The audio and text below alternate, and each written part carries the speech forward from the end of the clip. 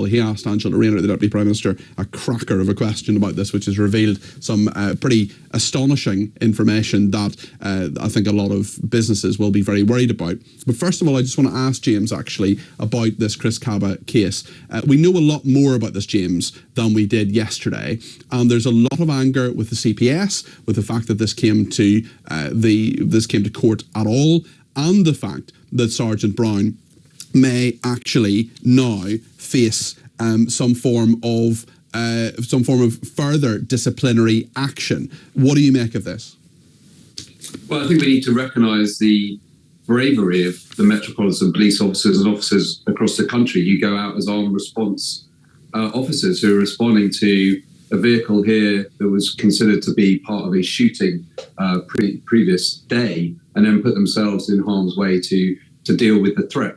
Obviously, it's very tragic that someone's died here, but I think we need to recognise the role of the police. I think the CPS should be looking at the judgment they made in this case, and it does seem quite extraordinary that somebody who's been cleared and found not guilty of any charges should be facing a disciplinary hearing.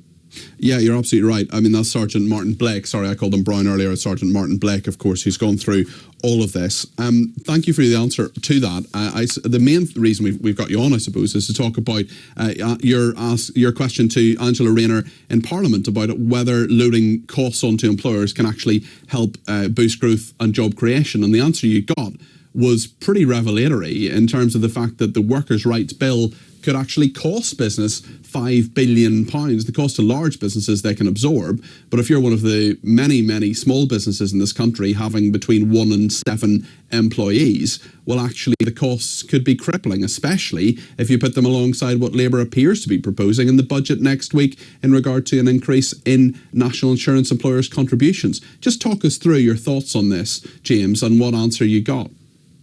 Well, exactly. I mean, small businesses are the backbone of the economy, and they are the ones who are always hit by the costs that come from regulation. The bigger companies have departments that can deal with this. And what Angela Rayner revealed was that the annual cost, this isn't a one-off cost. Every year it will cost businesses £4.5 billion, this legislation that's going to be put through by the Labour Party. That's going to undermine the ability of firms to take on more people, and will actually, as the government's own impact assessment says, that it puts at risk jobs for the lower paid, for disabled workers, and also for the younger workers. So they only published this detail very late before we debated the bill. And it's important that people understand that this is going to be a lot of cost that's being loaded onto firms. And as you say, there's a budget coming next week where we fully expect there to be higher taxes on working people and higher taxes for employers. A jobs tax is coming.